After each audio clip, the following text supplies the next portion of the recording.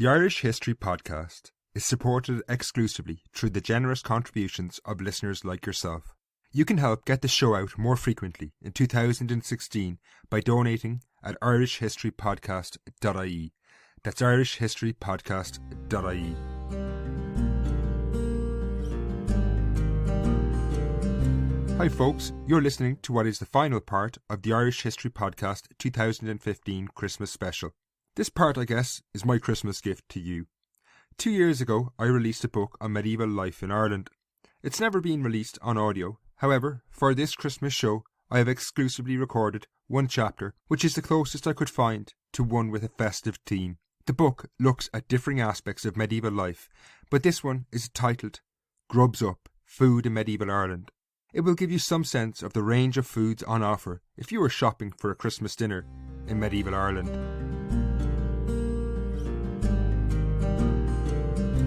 During the summers of plenty, late medieval Ireland was a land abundant with food.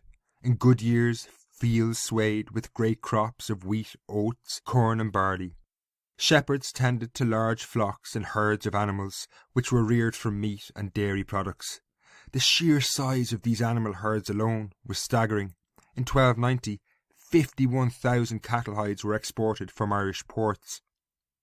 Milk from both cows and sheep were converted into cheese and butter, while rabbits, swans, peacocks and hens were also commonly reared for the dinner table. A wide variety of vegetables were grown, including onions, garlic, leek and kale. While the countryside supplied many staples of the medieval diet, an even wider variety of foods were available for purchase in urban markets. The numerous coastal ports attracted fishermen who brought ashore large stocks of fish. Salmon and eel were particularly popular. When not consumed immediately, fish was preserved through salting so it could be exported. While pigs were common in the countryside, they were also a feature of everyday life in towns and cities. Indeed, they were a constant nuisance in urban environments, and their owners were subject to laws to keep them under control. Once slaughtered, these pigs were eaten as pork or salted as bacon. It was at the docks of port towns that some of the most unusual foods arrived in Ireland. Far from the banal diet we might expect, delicacies were imported in large quantities. Wine and salt arrived from western France. Rice grown in the Mediterranean was eaten in Dublin, frequently flavoured with almond milk. There were also even more exotic goods. Ginger, pepper, cinnamon and cloves were imported from Asia and available in 14th century Ireland. While the food markets of medieval Dublin could whet even the modern appetite, most people who lived in the city never experienced the more exotic and tasty foods. A person's access to wealth and their status in medieval society determined their diet. The sharp contrast in the differing foods various social classes ate can be seen when we look at the diet of two contemporaries from the period. The first is Gilbert the Bullion-Yop, a member of the elite of medieval society in Ireland. Gilbert was the prior of one of the richest religious foundations in Dublin, the Priory of the Holy Trinity, between 1337 and 1343. The Priory of the Holy Trinity is better known today as Christ Church. As prior, Gilbert was one of the most important figures in medieval Ireland. He frequently attended and, on occasion, hosted meetings of the medieval Irish Parliament.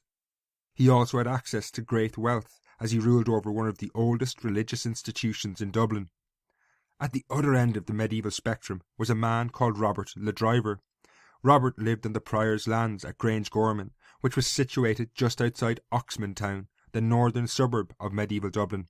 Robert worked as a driver of a plough team. His name, Driver, derived from his work.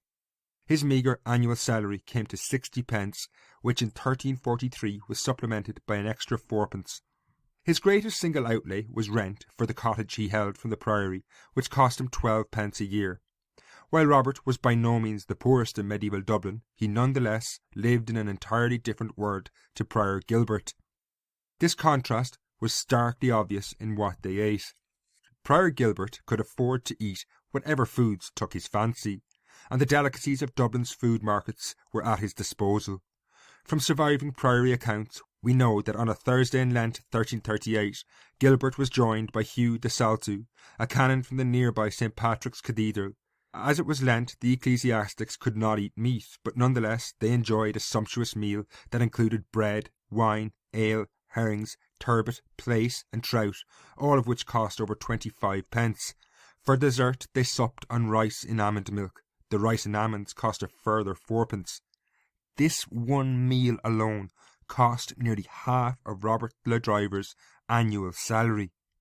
Spending 4 pence on rice and almonds was a luxury, but this was by no means the only extravagance the prior enjoyed. He also ate foods flavoured by ginger and saffron, and also olive oil. On another occasion he dined on imported figs. When not constrained by Lenten prohibition, the prior enjoyed fine meals of meat. In early 1338, on the feast of St. Agnes the Virgin, he ate with the proctors John Welsh and Walter Brehenoch. They enjoyed a meal of 2 cooked capons, which are roosters castrated when young, and mutilation that produces succulent meat. These were accompanied by other assorted roast meats, which all cost 11 pence. On other occasions he enjoyed pasties, pies, roast fowl, and salted eels. This diet was by no means limited to just one lavish prior. Similar accounts are recorded in the satirical poem The Land of Cockaigne, written in the 14th century, most likely by an anonymous Franciscan. The author attacked the lavishness of a neighbouring religious house of the wealthy Cistercian order. In the satire he mentions numerous dishes enjoyed by the Cistercians, which included larks cooked in cinnamon and cloves, and geese cooked in garlic. While such meals are mouth-watering to say the least, the majority of the population of medieval Dublin could never afford such gastronomic delights. However, before we look at what the poor ate, I want to take a quick break. As I have mentioned in the last episode, this podcast only works through the support of listeners like you. Over the last few years, your contributions at irishhistorypodcast.ie have kept the show on the road and allowed it to grow. The process of getting each podcast to you requires considerable costs. Aside from hosting fees, each show, be it about the Middle Ages or the modern era, takes a few weeks or in some cases a month to research alone. I think though it's worth spending the time and effort to get it done right. Producing these shows though is only possible with the support of listeners like you. So if you want to get behind the show in 2016 and expand the project, which will ensure you continue to receive content, please contribute and help make the show even better. Donating is really simple. Go to irishhistorypodcast.ie and click donate. I really appreciate whatever you can give. It all makes a difference. Robert le Driver, the poor ploughman who lived on Prior Gilbert's lands, could afford very little of the food that the prior ate. Indeed, of the delightful fish dinner the prior hosted during Lent 1338, the onions used to flavour the food was probably the only item on the menu Robert could have afforded. Onions were relatively cheap at 2 pence for a half stone. This was due to the fact that they could be easily grown in the surrounding countryside or even in the city gardens. Robert and those like him, the poor of medieval society, lived primarily on a diet of a stew-like substance called pottage, eaten with bread. Pottage was in essence a vegetable stew made with peas, beans, onions, leeks and kale, and then flavoured with herbs. The staple of later Irish peasants, the potato, would not be introduced for centuries, well after the European conquest of the Americas had begun in 1492. Living on pottage, medieval peasants were in effect vegetarians most of the time. This was not by choice. Meat was generally far too expensive. Alongside pottage, the poor would have eaten bread, but even with this, the most simple of foods, the rich and poor dined differently. People like Robert could have rarely afforded bread made from wheat, but instead ate cheaper breads made from corn and rye. Such bread, baked from poorly sieved flour, had serious long-term health ramifications for the poor. The bread frequently contained grit from millstones, as it was poorly sieved. Chewing this grit-laden bread had a detrimental impact on teeth and indeed wider health. The skulls of human remains found in excavations from 13th and 14th century Dublin revealed extremely worn teeth to such an extent that the dental pulp had been exposed. This would have resulted in excruciatingly painful infections and abscesses. Such afflictions would have affected the elite to a much lesser degree. they enjoyed a far better quality bread. On occasion, Prior Gilbert ate pandama, a very expensive bread made from wheat that had been sieved several times. While Robert's diet paled in contrast to what Prior Gilbert enjoyed, there were those in a worse position. In order to make even the most basic of meals like pottage, a person required a home with a hearth, implements to cook, and a large pot. Many, however, did not even possess these basics. According to Alexander de Bicknor, the Archbishop of Dublin, who reigned between 1317 and 1349, the city and its suburbs were infested by stragglers and beggars. Such people were dependent on pre-cooked foods like bread, pies, and ale. In medieval towns, takeaway food of this kind could be dangerous. Judging on contemporary accounts from medieval London, the urban poor, who purchased cooked food that was sold in the streets, frequently risked their lives in doing so. The food appears to have been of a very poor quality. The great poet of the age, Geoffrey Chaucer, described a pie shop in his work The Canterbury Tales as fly-infested and the source of reheated, soggy pies. In the other great epic of the era, The Vision of Piers Plowman, William Langland relates how brewers, bakers, butchers and cooks frequently poisoned the poor of London through bad produce. It would appear the same problem prevailed in Ireland. In Kilkenny, laws and ordinances that date from the later 14th century specifically mention a punishment for cooks who boil meat or fish in bread or water in any other way not fit for human consumption. The mention of cooking meat in bread is presumably a reference to pies.